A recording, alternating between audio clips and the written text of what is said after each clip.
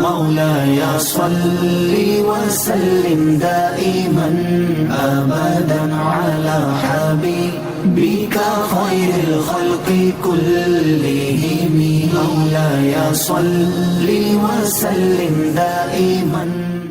لیکن اب یہاں پر جو ہے جنگ احد میں فتح اور شکست کا جو ایک تجربہ ہے نا کہ فتح اور شکست کی بات جو ہے اب زیادہ اس پر جو مفسرین لکھتے ہیں کہ اس میں جو ہے انہیں خوفناک شکل تو اس غزوے کی ہوئی کیونکہ مسلمانوں کو جو ہے ایک بہت بڑی جانی نقصان پہنچی. مشرکین جو ہے وہ اپنے آپ کو کیا ہے اس کو فتح سے تعبیر کر رہے تھے، لیکن یہ مشرکین کے لیے بھی فتح نہیں تھی. مسلمانوں نے تو شروع میں یہ جنگ جیتی تھی.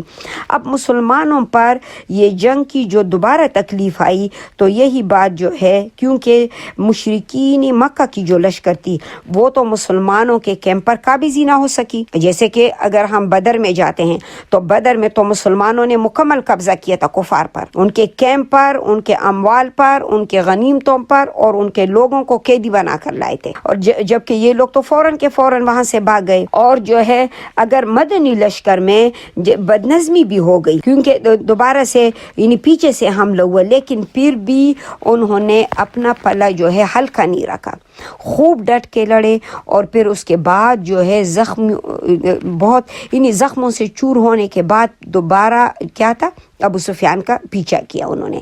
اب کفار جو تھے وہ یہ کہہ رہے تھے کہ پہلا راؤنڈ تو مسلمانوں کا بہت بھاری رہا اس جنگ میں، اور دوسرا راؤنڈ جو ہے پھر کفار کا بھاری رہا کیونکہ انہوں نے 70 شہداء جو ہے مسلمانوں کے اصحاب کو شہید کر دیا، اور وہ تیسرے راؤنڈ کے لیے تیار نہیں تھے. اسی لیے وہ کیمپ میں جب تھے، جس وقت کیمپ کا ذکر ہمارے پچھلے کلاس میں تھا، ان پر اوپر سے تیر برسائے گئے تو وہ وہاں سے بھاگ کر چلے گئے اور وہ وہاں پر نہیں رہتے. اور دوسری بات یہ تھی کہ اس زمانے میں فاتحین کا دستور یہی تھا، جو فتح کرتے تھے ان کا دستور یہی تھا اور علامت یہی تھی کہ فاتحین فتح ہونے کے بعد میدانی جنگ میں 3 دن قیام کرتے تھے.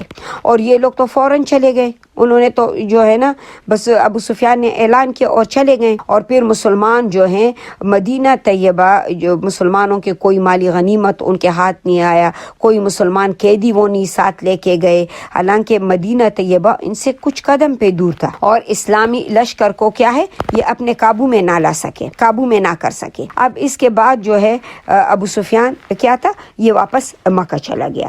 اب اس غزوے میں علامہ ابن قیم جو ہے اس نے اس کی عنوان پر جو تفصیل لکھی ہے وہ فرماتے ہیں کہ اللہ تعالیٰ نے جو ہے فرماتے ہیں کہ مسلمانوں کو غزوہ احد اور اس کے اندر مسلمانوں کو پیش آنے والی جو تکلیف تھی یہ بھی بڑی عظیم ربانی حکمت اور فوائد ان تکلیفوں میں. اللہ کی حکمتیں تھی اور فوائد تھے، کیونکہ مسلمانوں کو یعنی معصیت سے کہ برے انجام سے یعنی جو نہیں کی نحوست سے اسے آگاہ کے دیے. نہیں کس چیز کا تھا؟ وہ جو پیچھے غار پہ رسول اللہ صلی اللہ علیہ وسلم نے 50 صحابہ کو کھڑا کیا تھا اور ان کو تلقین کی تھی کہ کسی صورت میں ان لوگوں نے اس جگہ کو نہیں چھوڑنا جب تک آپ صلی اللہ علیہ وسلم انہیں بلائے نا.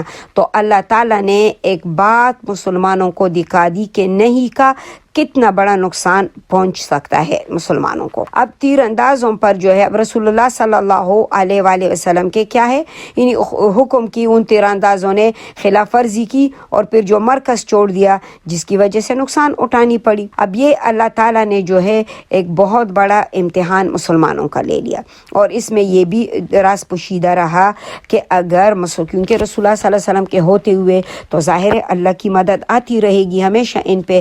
اگر یہ لوگ ہمیشہ کامیاب ہی رہیں اب تو مطلب ان کے جو صفے ہیں اس میں تو پھر صادق، کاذب اور منافق کا کوئی پتہ ہی نہیں چلے گا. اب اس غزوے میں جو ہے ہر کسی کا پتہ چل گیا، جو منافقین تھے وہ الگ ہو کر چلے گئے اور جو مسلمان تھے صحیح ان کا بھی اللہ رب العالمین نے کیا ہے بتا دیا. اور اس میں جو ہے مسلمانوں کو یہ بھی معلوم ہو گیا کہ اگر وہ خود ان کے اپنے گھروں کے اندر بھی جو ان کے دشمن موجود تھے، اب اسی لیے مسلمان ان سے نمٹنے کے لیے کیا ہے محتاط ہو گئے. اللہ تعالیٰ نے منافقین کے چہرے کیا تھے بے نقاب کر دیے. اس سے پہلے تو منافقین کا نہیں اندازہ تھا، ابی کا اور اس کے ساتھیوں کا.